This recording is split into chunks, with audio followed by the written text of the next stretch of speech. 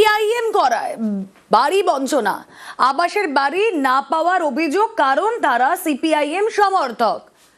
পশ্চিম মেদিনীপুরের চন্দ্রকোনার কুয়াপুরের এই ঘটনা। বাড়ি পাওয়ার যোগ্যতা সত্ত্বেও বঞ্চনার অভিযোগ, ব্লক প্রশাসনকে অভিযোগ সিপিআইএম কর্মী। চন্দ্রকোনার এই ঘটনায় রাজনৈতিক তরজা তুঙ্গে। কথা বলবো, সুকান্ত প্রতিনিধি রয়েছেন সঙ্গে। সুকান্ত, সরকারি প্রকল্প তো সবার জন্য, সেখানে তো কোনো রাজনৈতিক রং দেখার কথা নয়।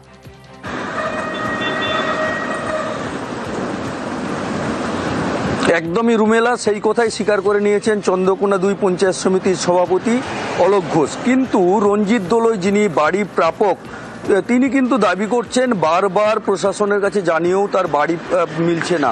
তার বাড়ির অবস্থা দেখলে কিন্তু করুণ ছবিটা উঠে আসছে, যে একদম বাড়ির ছাউনি উড়ে গিয়েছে এবং খুব কষ্ট করে পরিবারের সদস্যদের নিয়ে তিনি কিন্তু বসবাস করছেন। তিনি দাবি করছেন একাধিকবার জানিয়েও তার বাড়ি মিলছে না। কিন্তু কেন মিলছে না, সেই ক্ষেত্রে তিনি বলেন তিনি সিপিএম করেন, কিন্তু তিনি পরিষ্কার করে বলছেন না যে সিপিএম করি বলেই বাড়ি মিলছে না। কিন্তু তার দলের কর্মী বা নেতারা বা বিজেপি, তারা কিন্তু দাবি তুলছে যে উনি সিপিএম করেন, তার জন্যই কিন্তু তৃণমূল বাংলার বাড়ি দিচ্ছে না।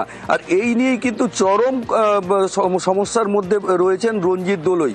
অবশ্য চন্দ্রকোনা 2 পঞ্চায়েত সমিতির সভাপতি বলেছেন লিস্টে নাম আসবে, এরপরও একাধিক মানুষের লিস্টে নাম আসবে, অতএব রঞ্জিতবাবু বাড়ি পাবেন, তা কিন্তু জানিয়েছেন অলোক ঘোষ। রুমেলা,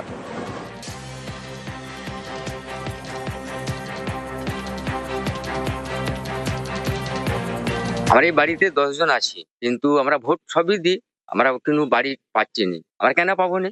বর্ষাকালে কঠিন কষ্ট হয়, তাও জল পড়ছে, তিরপল মাগলাম, তিরপল পর্যন্ত দেয়নি। কি জানি কেন দিচ্ছে না, সেটি আমরা বলতে পারছি না। আমি সিপিএম করি, হ্যাঁ, ওইটাই কারণের জন্য রাগারাগি করে আমাদের নাম কিছু দেয়নি। এখন যাই যে একটু বাড়ি হলে ভালো হতো আর কি। গোটা এলাকায় সবাই জানে যে রঞ্জিত দোলই সে তার জীবন জীবিকা কিভাবে কাটায়। কোথাও যেন মনে হয় যে আমাদের হয়ে লড়াই সংগ্রামে আন্দোলনে যুক্ত থাকে বলি, সিপিআইএম এর কর্মী বলি, তাকে এই বর্তমানের থেকে সরকারি প্রকল্পের থেকে বাদ দেওয়া হয়েছে। যে তৃণমূল যে করবে সেই একমাত্র বাড়ি পাবে, আর যে অন্য রাজনৈতিক দলের সঙ্গে যুক্ত থাকবে তাকে পুরোপুরি সরকারি প্রকল্প থেকে বাদ দিয়ে দেওয়া হবে। এটা সত্যিকারেরই যে এলাকার যে সমস্ত নেতাকর্মী, এটা তাদের পেছনে একটা ষড়যন্ত্র বা চক্রান্ত। এইটি নিয়ে বামেরা বা বিজেপি রাজনীতি করছে। আগামী দিনে যাদের নেই ধীরে ধীরে হবে, একদিনে তো সবটাই মিটে দেওয়া সম্ভব নয়। দিল্লির সরকার, বিজেপি সরকার আবাসের টাকা দেওয়া বন্ধ করে দিয়েছে, কিন্তু মামাটি মানুষের সরকার তার নিজস্ব তহবিল থেকে এই আবাস প্রকল্পগুলি পরিচালনা করছে। মুখ্যমন্ত্রীকে বলে যে পোর্টাল আছে, যাদের সমস্যা আছে আমি বলবো তাদেরকে ফোন করতে, যাতে আগামী দিনে পরপর স্টেজ টু স্টেজ তাদেরও মাটি পাকার বাড়ি হবে।